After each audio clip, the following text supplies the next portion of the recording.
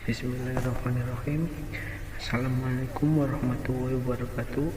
Pada kesempatan kali ini kita akan mempelajari materi seni budaya tentang menggambar model. Untuk itu, sebelum kita lanjut ke materi, alangkah baiknya kita baca surat Al-Fatihah agar dalam pembelajaran kali ini bisa bermanfaat. Berdoa mulai. Berdoa selesai.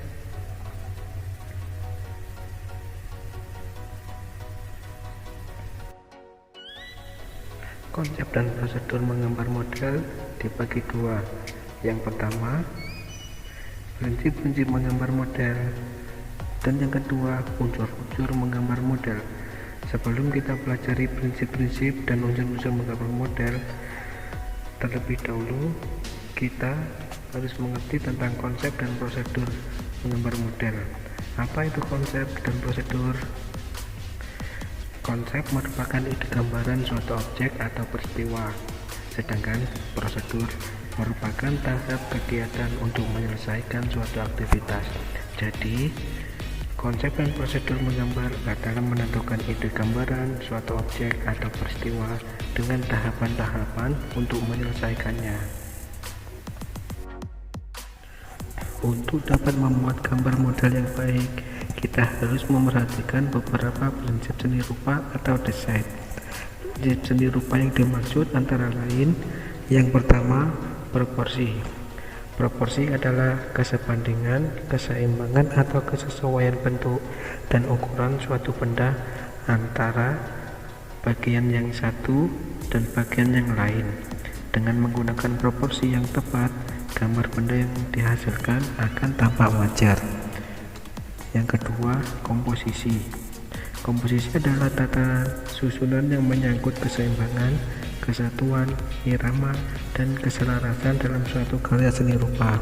Gambar bentuk yang baik harus memperhatikan komposisi sehingga gambar yang dibuat dapat menghasilkan kesan yang seimbang, menyatu, berirama, dan selaras. Selanjutnya, yang ketiga, keseimbangan. Keseimbangan bisa juga disebut dengan balance.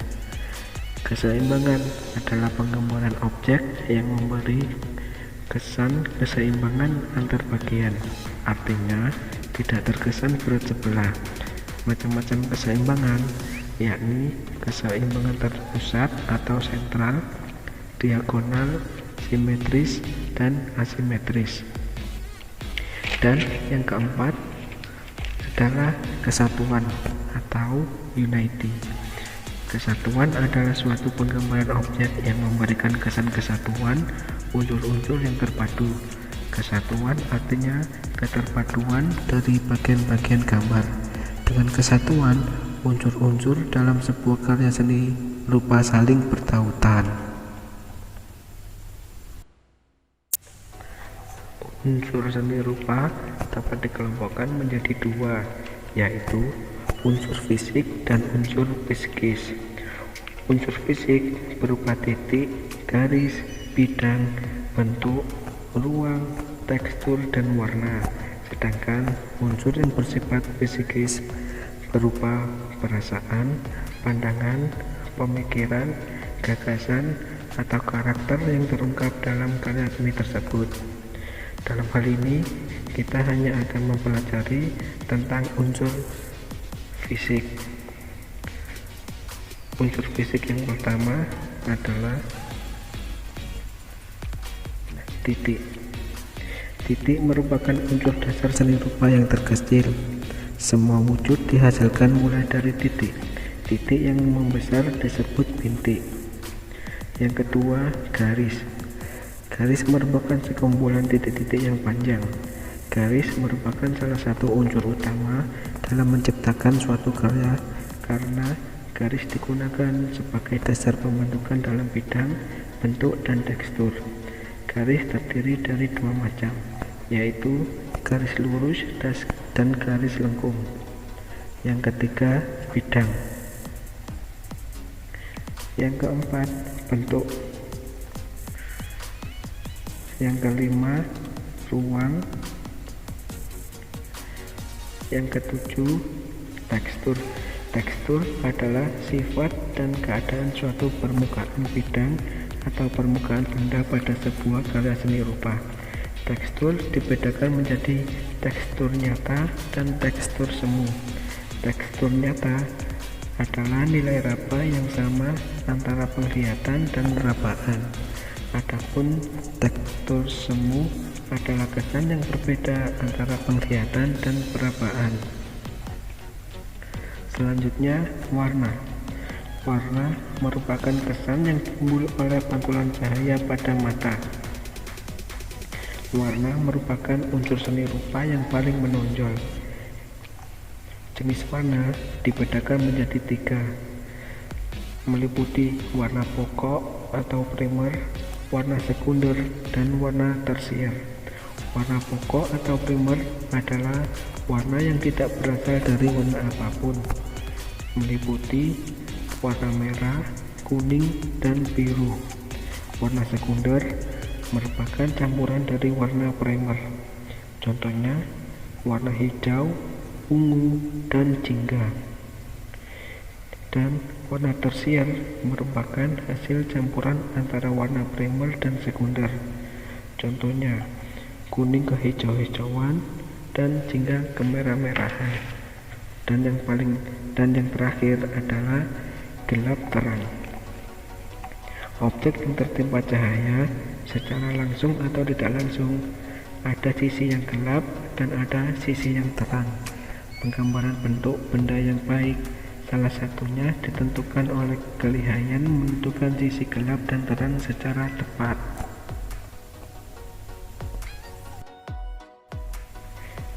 Teknik-teknik yang biasa digunakan dalam menggambar model adalah sebagai berikut. Yang pertama, teknik pointillis, teknik arsir, teknik siluet atau blok, teknik akuarel, teknik dasar. Teknik pointillis adalah teknik menggambar atau melukis dengan titik-titik sehingga membentuk objek. Kesan gelap terang ditentukan oleh jumlah titik dalam satu area. Semakin banyak, semakin kuat kesan gelap terang. Berikut ini adalah contoh teknik pointillis.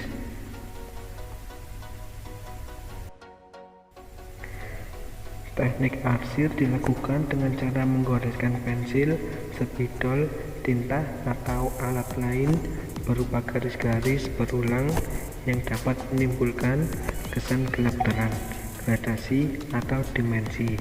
Berikut adalah contoh teknik arsir.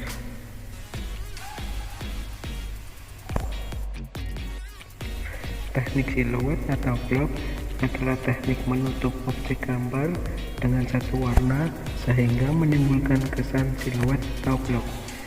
Ada dua jenis teknik siluet, yaitu siluet positif dan siluet negatif.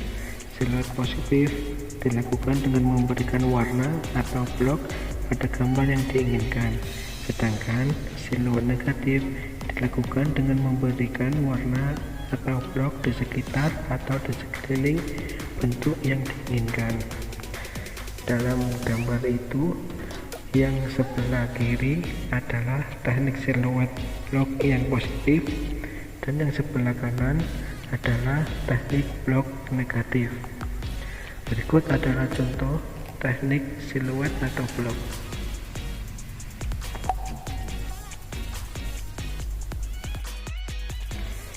Teknik akuarel atau bisa disebut dengan teknik samuan basah.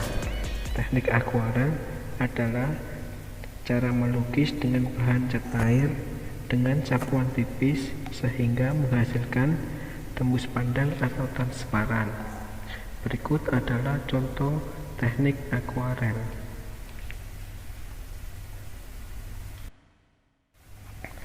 Teknik dasar adalah teknik menggambar yang dilakukan dengan cara menggosok sehingga menimbulkan kesan gelap terang atau tebal tipis.